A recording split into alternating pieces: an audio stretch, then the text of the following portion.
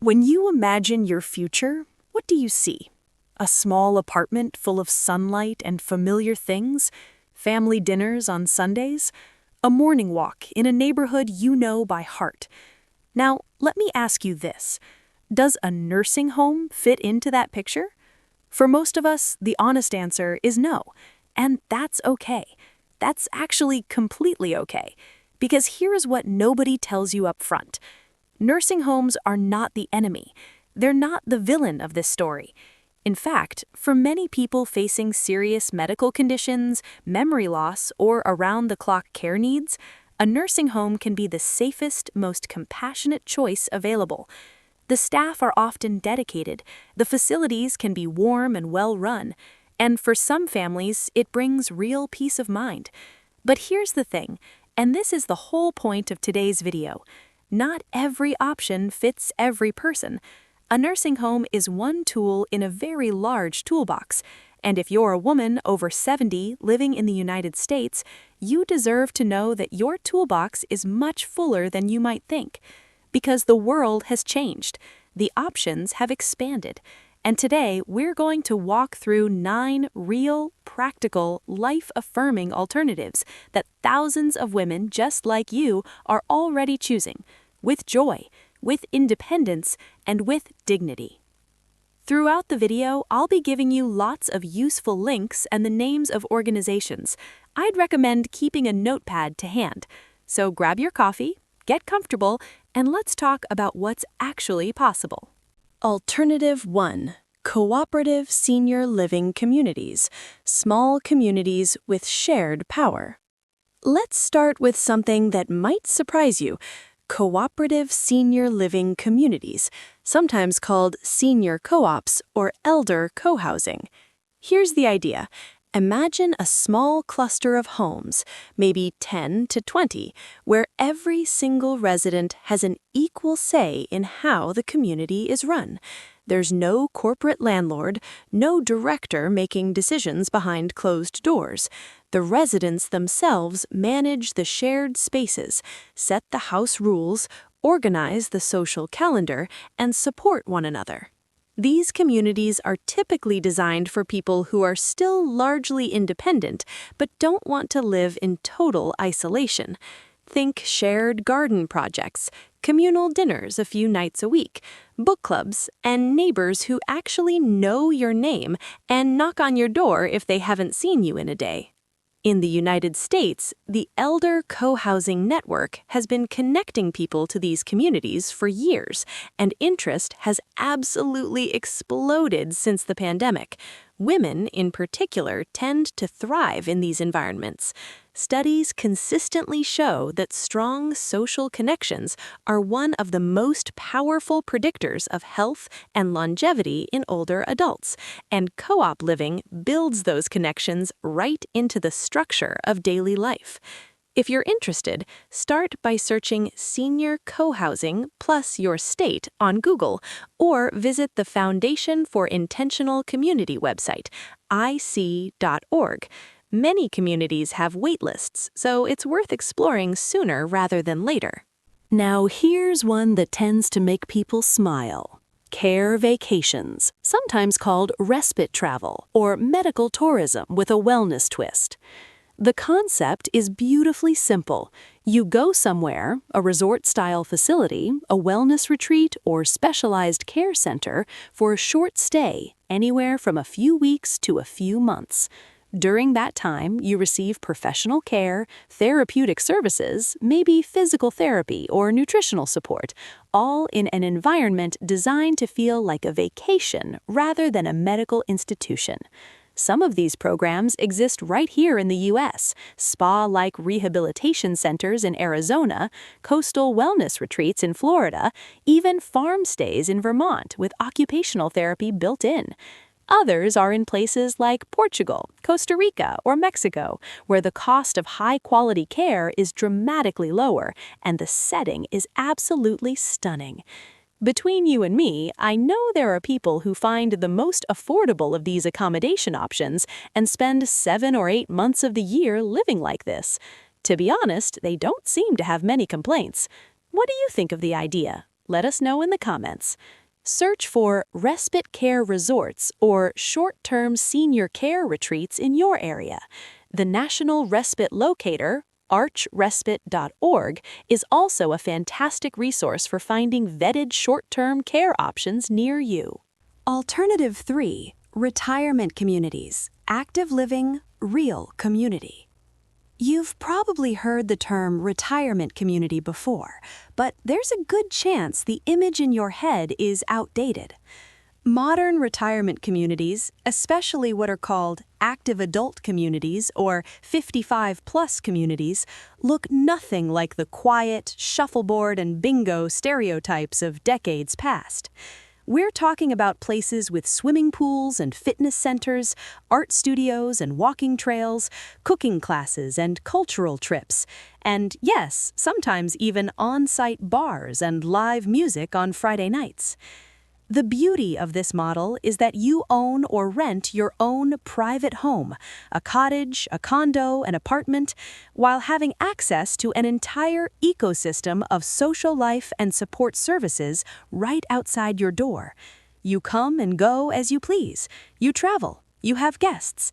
You live your life, but you're never truly alone. Many of these communities also offer tiered care options, meaning you can start as a fully independent resident and gradually access more support as your needs change, without having to uproot your life and move again. In states like Florida, Arizona, South Carolina, and North Carolina, these communities are abundant and often surprisingly affordable. Some are even faith-based or culturally specific, designed for particular communities with shared values and backgrounds. AARP has an excellent online guide to evaluating retirement communities. Look for communities with a continuing care option. It's the gold standard for long-term flexibility. Alternative number 4. Home share programs. Companionship in exchange for help. This one is my personal favorite because it's so elegantly human. Home share programs, also called home sharing or voluntary exchange programs, match older adults with a spare room with younger people, often students, young professionals, who need affordable housing. In exchange for reduced or free rent, the younger person provides a set number of hours per week of help around the house: grocery runs, driving to appointments, yard work, cooking a meal, or simply being present. This isn't charity, it's a genuine exchange, one that benefits both parties enormously. The older adult gets companionship, practical help, and an extra layer of safety. The younger person gets an affordable home and often a meaningful relationship with someone from a different generation. Organizations like Silvernest.com, and the National Shared Housing Resource Center have matched tens of thousands of people across the country through these programs.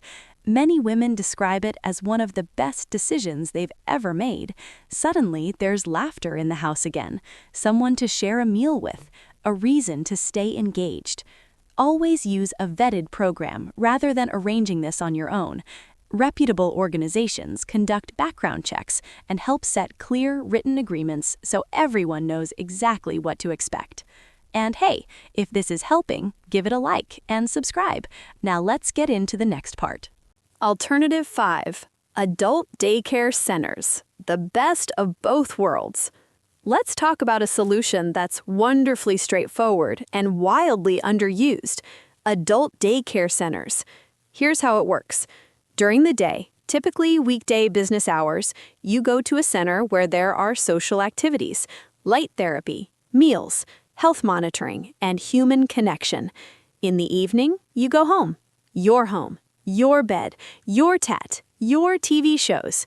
For women who live alone and whose families worry about them spending long hours in isolation, this can be a genuine game changer. You get structure, stimulation, and care during the hours when it matters most, and you preserve your independence and privacy in the evenings and on weekends. Many adult day centers also offer specialized programming for people with early-stage memory issues, chronic illness management, or mobility challenges. The cost is typically far lower than residential care, and many programs are covered partially or fully by Medicaid, the VA, or long-term care insurance. The National Adult Day Services Association, NADSA.org, has a searchable directory of accredited centers across the United States. Call a few and ask for a trial day. Most centers are happy to let you visit and experience the environment before committing. Alternative 6, family care rotation plus remote monitoring technology. Now, this one requires a family conversation, but it might be the most powerful option on this entire list. Family care rotation is exactly what it sounds like. Different family members taking turns being the primary caregiver or point of contact over a rotating schedule. Instead of one adult child carrying the full burden, which often leads to caregiver burnout and resentment, the responsibility is distributed. One sibling handles transportation, another manages medications and doctor's appointments, a third checks in daily by phone, a fourth hosts on holidays. When paired with today's remote monitoring technology, this approach becomes extraordinarily effective. There are now systems that can track daily patterns, whether someone has gotten up in the morning, opened the refrigerator, or taken their medication through simple, non-invasive sensors around the home. Mobile apps allow family members to check in at a glance. Wearable devices can detect falls and immediately alert the whole family. Platforms like CareZone, Life Alert, and even specialized features within Apple Watch have made it possible for families scattered across the country to stay genuinely connected and informed without anyone feeling watched or infantilized. Have an honest family meeting and create a written care plan together. Assign specific roles rather than leaving everything vague. Clarity prevents conflict. I'd love to know, has your family ever tried a rotation system, or are you managing caregiving responsibilities mostly on your own right now? Leave a comment below. Alternative 7, companion care, a friendly face every day. Sometimes the biggest challenge isn't medical, it's loneliness. Companion care addresses this directly. A companion caregiver is not a medical professional. They're not there to manage medications or provide clinical care. They're there to be present, to share a cup of tea, to take a walk, to play cards, watch a movie, run errands together, or just talk. Many companion care workers also provide light practical support, meal preparation, light housekeeping, grocery shopping, and transportation to appointments. They typically come for a set number of hours during the day, allowing the older adult to maintain an otherwise independent life. This option is often far more affordable than full home care, and for women who are physically healthy but experiencing social isolation, it can be genuinely transformative. Start by asking your doctor or local area agency on aging. You can find yours at eldercare.acl.gov for referrals to vetted companion care agencies in your area. Alternative 8, home care services, professional help in your own space. When medical needs are more significant, help with bathing, dressing, wound care, medication management, or mobility, home care services bring the care to you rather than moving you to the care. Home care services range from a few hours a week to full-time live-in care. Depending on the level of need, you might work with a home health aide, a certified nursing assistant, CNA, or even a registered nurse who visits regularly. The advantages are enormous. You sleep in your own bed. You follow your own routines. You eat the food you actually like. You maintain the relationships and the neighborhood and the environment that give your life meaning. For many women, this combination of professional support and personal autonomy is simply non-negotiable. Home care can be expensive if paid privately, but there are multiple financial pathways. Medicare covers some skilled home health services after a hospitalization. Medicaid covers home care for those who qualify. Veterans benefits, long-term care insurance, and even certain state programs can significantly offset costs. The Home Care Association of America, HCAOA.org, can connect you with accredited agencies in your state. Always ask about caregiver training, background checks, and what happens if your regular caregiver calls in sick. Reliability matters. Alternative 9. The hybrid model, mixing and matching what works. Here's the honest truth that the elder care industry doesn't always advertise. You don't have to choose just one option.